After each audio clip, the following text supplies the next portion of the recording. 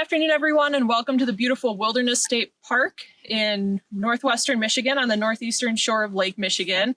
This is Sturgeon Bay Beach, and it has a lot of wonderful examples of all the depositional environments we've been talking about in our SED Strat class, and I just wanted to give you a brief tour. It's the middle of March. It's kind of a balmy 40-degree day. The lake ice is just starting to go out. It's kind of early, but hey. But throughout the rest of today, I'm going to be showing you some beach environments, some fluvial environments, some deltas, and some aeolian dunes. So let's get started. So for the first part of this video, I'm going to show you a little fluvial to deltaic setting along this beach. It's a very miniature one relative to many of the ones we see in the stratigraphic record or the sedimentary record. However, a lot of these processes are scalable from very, very small to very, very large. So we're going to take a look at this tiny little system because it's the one I have available near my house, and hopefully that'll help you translate these ideas to a much larger scale later on in the stratigraphic record. So we're going to take a look at a fluvial to deltaic system going into this beach. And the main input to the deltas I'll be showing you is a culvert right behind us there that we'll get to, but another input is these cool little springs. So the groundwater is seeping out through the beach and into the lake, and even building their own tiny deltas or alluvial fans. We're going to go ahead and say delta because you have both subaerial and subaqueous exposure further down. But as part of this little delta here, you have the water going from confined to unconfined flow out there, and you can see all these little distributary channels coming out. It's not particularly active right now because it's kind of a cool day. It's cloudy, there's not a lot of melt of the snow upstream of here, but let's go take a look at that culvert now. All right, so here we have our culvert coming from across the road over there. We might take a little hop, skip, and a jump across the road in a minute. But this is our main source of water, in addition to some other little springs along here. But while the flow here is quite low right now, we can tell from the bed forms down here that it can be quite a bit higher. So the flow from the culvert can be quite a bit higher, and we can see that from the bed forms right below you. We have a lot of 3D ripples going on right here. They're obviously asymmetric because they're built with a current, but you can also see a lot of scour that happened as it's coming out of the culvert here. It was confined flow, so it was flowing a lot faster than it would otherwise because the hydraulic radius was forcibly a lot smaller, and so when it jumped out into this space, it scoured down, made a bunch of little 3D ripples before it kind of reached equilibrium with the water level here. Woo. All right, so here's our culvert outlet, but now let's go see where that flow is coming from.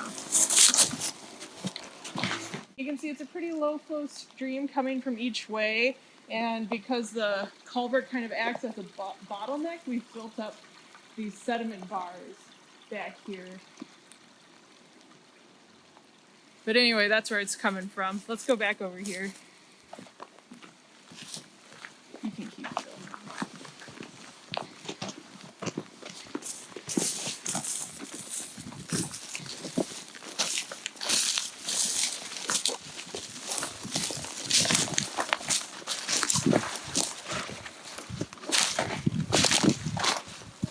All right, so our river keeps flowing. It's making a lot of really beautiful 3D ripples along the channel here. It's cutting through some great beach cross stratification, which we'll come back to in a second.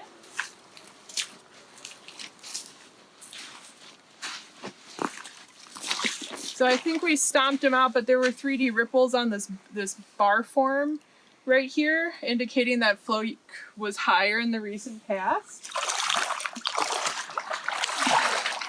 And by higher, I mean like vertically taller, not faster.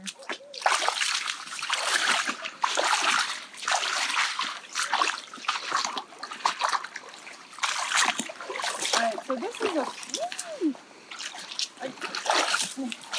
All right, this is a fun little thing too. So when you have large immobile objects in a channel, they'll be scouring around where the water hits it. So it's really deep right here. And the flow velocity will increase to try to get around the object. And then you can see right here that that's resulted in a winnowed surface. So there's a lot of large pebble and cobble size material in this system because we are on top of a glacial till, so that the beach isn't often able to move those larger size materials. So when you winnow down far enough, you'll see these cobbled surfaces. And that's a result of the higher flow velocity around the log here. All right, now let's get out into our delta. All right, so now we have our little culvert stream, spring fed and also a little surface water fed coming out and emptying into Lake Michigan. So this is the mouth of the stream, and we are going from confined flow in a channel to unconfined flow in a lake. So we should be building a delta here, right? So the important things to remember about deltas as you go from confined to unconfined flow is that as you spread out into a standing or body of water, the flow is going to slow down and you'll make lower and lower energy depositional structures. So Pat's going to come on down here into the water with me. And you can see we still have our nice 3D asymmetrical ripples happening here. But as we walk out, we're going to follow the sand body out into deeper water where flow is getting slower and slower. You can see the ridges of these ripples becoming a little less chaotic. So maybe a little more linear. As we keep going, the ripple size is getting smaller.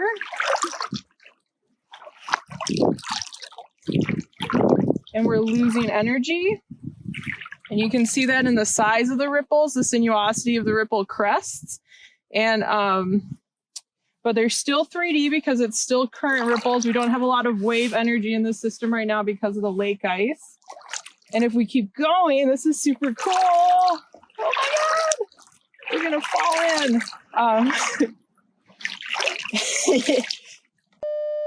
Okay. But as we keep following this delta, you can actually see the ridge of the delta, and so we got lower and lower energy until we hit a sudden increase in depth, and you can see the drop off. And you can actually, I don't know if you can see this on the camera, but you can see some of the sediment going over. I think it's stuff that we kicked up, but it's going over the lip of the dead delta edge. So that is super sick. And then right below that, I think you can see some old wave ripples, probably not current ripples, but some old wave ripples. They're asymmetric because they're in shallower water, but preserved underneath the lake ice. So that is super duper cool. All right, so let's talk about our 3 different types of beds in a delta as we go from confined flow to unconfined flow and over that lip of the delta and into the standing body of water. So where you're prograding or building the delta out into the body of water, you're gonna have top sets.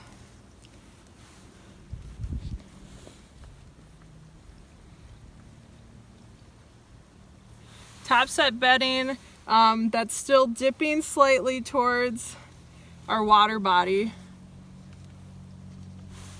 Can you even see that? Okay. Oh no, I forgot the name of the other type of. So you have top sets, and you'll just keep building those out into the standing body of water while you're prograding. And then when you hit that lip, so where the water depth suddenly increases, you'll kind of build that slope and go down that slope. And those are called 4 sets. And then So in our delta, our little delta out here, which is something we call a Gilbert type delta, you have very steep foresets.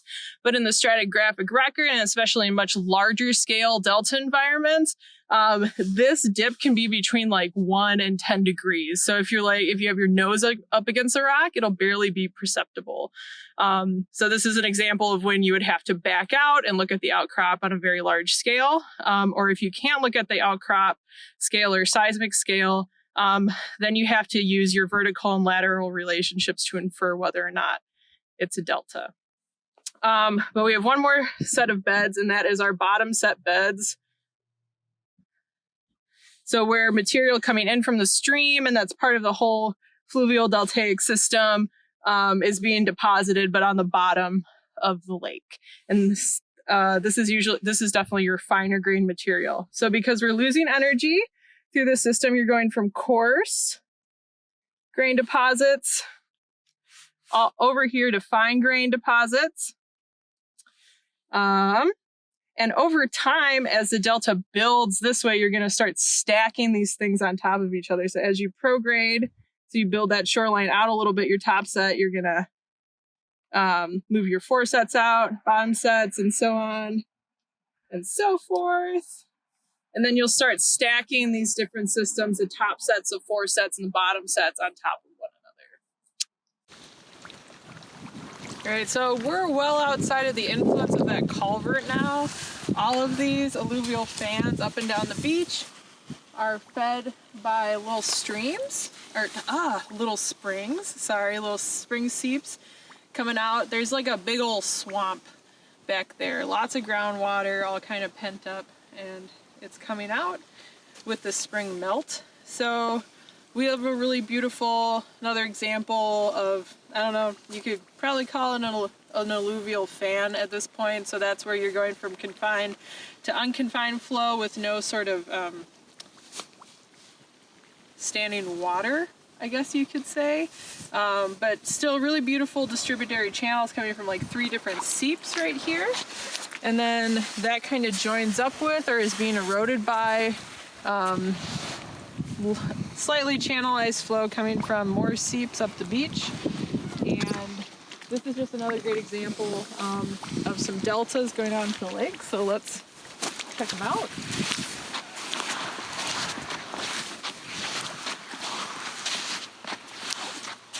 Yeah, so the pre-spring melt kind of surface on this beach here has a lot of organic material that is settled from suspension on it, so you can see it by the darker color. And the newer stuff hasn't had a chance to let things kind of settle out, so that's a much lighter color. And if we take a step out here, if we're not going to fall too far into, you can see an old alluvial fan surface in that the darker color slope there that goes out underneath the ice. And you can see how these newer sorry, I meant delta, not an alluvial fan, obviously, but you can see, especially right here, some new delta forming processes following those older surfaces. Pretty neat. So the reason I even had the idea to make this video in the first place is because I was going for my very slow jog down the road behind us, and out of the corner of my eye, I saw cross stratification. I just got really excited, and I ran back to my car as fast as I could, which is not as embarrassingly slow, and drove back to the house and laid a plan. So anyway, so the stream we've been talking about, our little miniature fluvial-deltaic system, is cutting into some pretty nice stratified, I guess I shouldn't say cross-stratified, laminated beach sediment. Are they very finely bedded? We're gonna go with finely bedded to coarse or thick laminations. Anyway, so earlier in the semester, I briefly mentioned stratification on a beach in terms of high Froude number or upper flow regime. Because remember, planar beds with finer grain material, so less than like coarse sand or gravel, can only be created in very fast or very high Froude number, I should say, upper flow regime systems. And a place where we get that a lot is on beaches. And the reason that is because like these waves will get super big and like splash up on the beach and throw a bunch of water up on the beach, and then that water is going to flow back towards the lake in a sheet. And while it flows back towards the lake in a sheet, the flow is going to be super thin. And so because you have such a thin flow that's going relatively fast, you'll get upper flow regime conditions and you'll create plane beds, which is what we see here. So that's really all there is to say about that. You can have low angle, that like you do back here, relatively flat, at least in this cut. We don't actually know the orientation, but they're probably dipping in some respect towards the good old Lake Michigan back there. But you can also have, like you see here, high angle sorts of cuts right here. And that again just might be the way we're cutting the outcrop by our little river friend here. But if you come in close, you can see that while these are pretty well sorted, they're not super well sorted, and you can actually get some nicely sized pebbles in here. Like, oops. Like these little guys, beautiful limestone and chert, very local sort of material. But I'm gonna steal that camera from you quick. But if you get up real close, you can see there's lots of different sized. And, I mean, it's pretty well sorted again, but you got that guy. And there were a couple beds back here. There's another one. And this guy's got all sorts of stuff in there. But regardless of the changes in grain size, oh, my boot's getting wet now too. Regardless of the changes in grain size or the changes in the angle of the beach, we know that because of radiometric dating of like in between beach ridges in the backshore, we know that this dune here that's currently being carved out by high lake levels in this little stream, you know, it's probably not that old. It's probably a couple thousand years old max, maybe just, you know, maybe just a couple, probably not a couple decades, maybe in the last century, I don't know. Anyway, but we know that Lake Michigan hasn't like changed super dramatically in that time. So despite there being different angles to the beach here, right? Those aren't indicating any monstrous change or dramatic change in this depositional system as a whole. They're merely reflecting minor changes in beach dynamics at this specific point. So when you're measuring a sedimentary system, and it's important to get, while you're measuring a sedimentary system, it's important to get as many measurements as you can to get kind of an average direction of how things are flowing. But just know that even when you see cross stratification or cross-cutting relationships like this, which are really super cool, they don't necessarily mean some sort of massive shift in the depositional environment.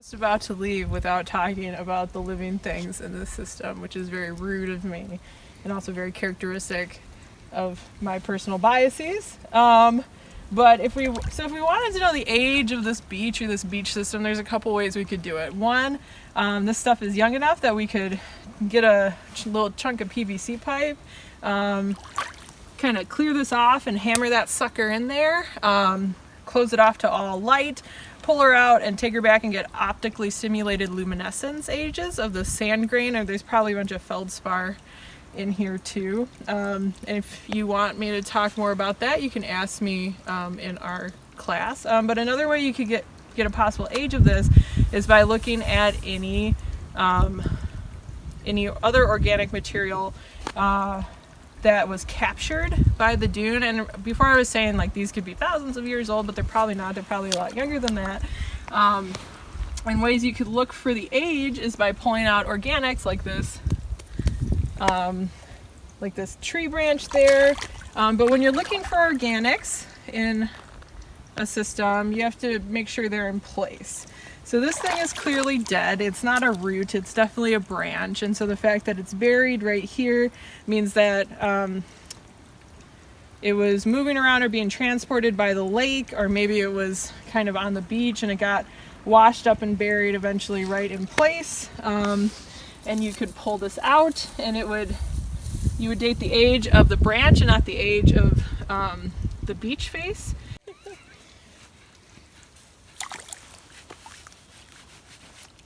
Yeah, I think that's a root, so ignore everything I just said, and if you ever want to date any biological material, maybe ask somebody who knows what they're talking about first. So here's another good lesson. A lot of what we can see as sed structures in the sedimentary record are only visible because of differential weathering. So whether it's grain size or mineralogy or whatever, different beds or bed sets will weather differently from one another. And some will protrude, some will recess, and that allows us to kind of see the sedimentary structures, right? But as we discussed before, the grain sizes here are pretty homogeneous, and sometimes it can help to scrape things off, bring along your drywall tools, but sometimes it doesn't. So in an attempt to clear this off for you, we tried to scrape a little bit, hopefully see some clear laminations,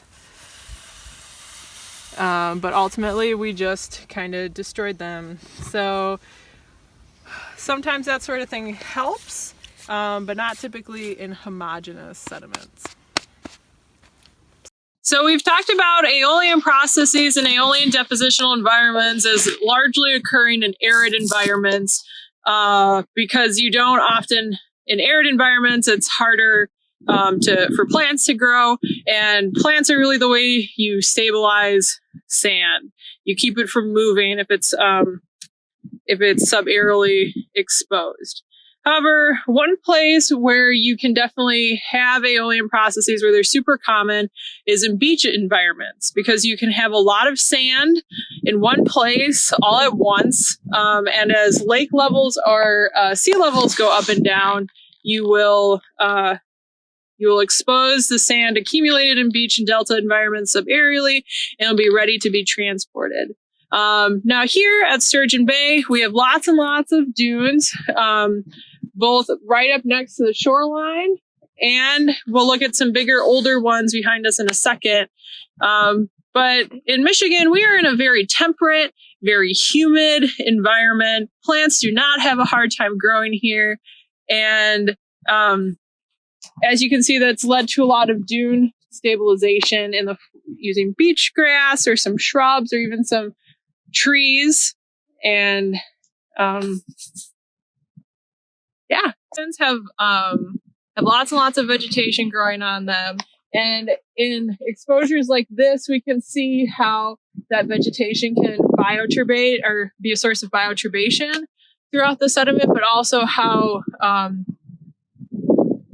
vegetation and root systems can stabilize the sediment. So you might notice on this dune, you have lots of that beach grass that is pretty deep root systems.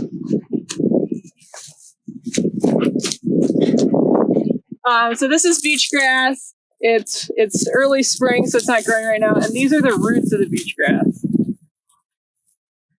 They are long and they are deep. You know what this shrub is? No. Okay. So, and then there's a shrub system in here with equally deep roots. And you can see up here where you have lots of vegetation that the dune of the sediment is stabilized. And we talked about vegetation being a stabilizing force for two reasons, right? The first reason is that it creates a layer of roughness where you slow the wind down right next to the sediment surface. And so if you slow the wind down right here, the wind's going to be weaker. It's not going to be able to entrain material or particles. And It will not enable transport. The other way vegetation stabilizes a dune is through this system. The roots, whether it's in a dune or any sort of sediment, modern sediment, will increase cohesion of the material. It'll make it less likely to fall apart for a number of reasons that I'm not super familiar with, so I won't spout them off right now. But that's really well demonstrated here, just because you see that this part of the dune is super cohesive. It's not falling over, whereas right below it, where maybe you don't have so much root mass, it's kind of undercutting. Sturgeon Bay on a very calm day, but as all of us who live around the Great Lakes know, winds can whip up real good. But even on a calmer day like this, we can still develop ripples in the sand and sediment. And you can see some of those here. So prevailing wind direction is off the lake from west to east, and we got some really beautiful little sand ripples that have developed on this surface.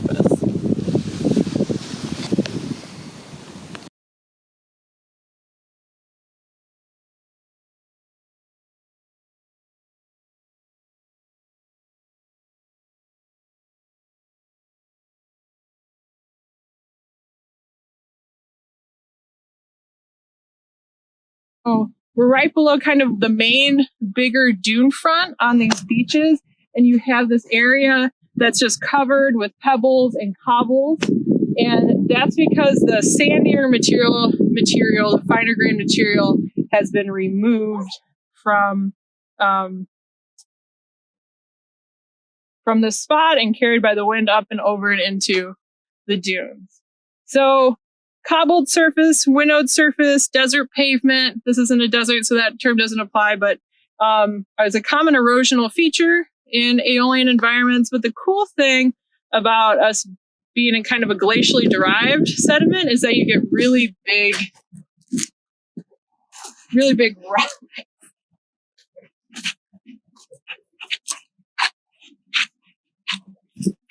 Again, finding a boulder in an aeolian sediment doesn't necessarily mean you're in a glacial environment or a glacially derived sediment or related sediment. But one of the cool things about Sturgeon Bay here is that because this whole system has been built since the Holocene, is that you can get some pretty big.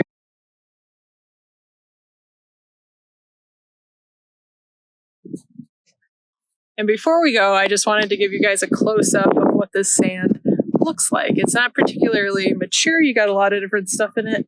But this is from one of the dunes, so it's pretty well sorted in terms of size.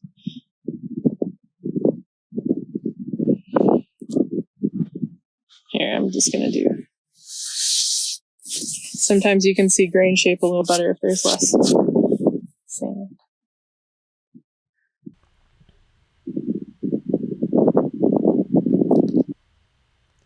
So you'll notice in this shot you can't quite hear me. The audio just didn't turn out. But the point of this little clip was to say goodbye, sign off, and give you a good view of the very cool, very large aeolian dunes that formed further away from the Lake Michigan shoreline earlier in the Holocene. But in the end, I hope you got something useful out of this little virtual field trip, that you saw some of the things we've been talking about in class and are able to put them in context.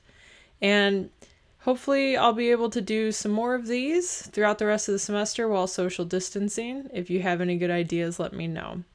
Thank you so much for sticking with me, guys, and I will see you virtually in class.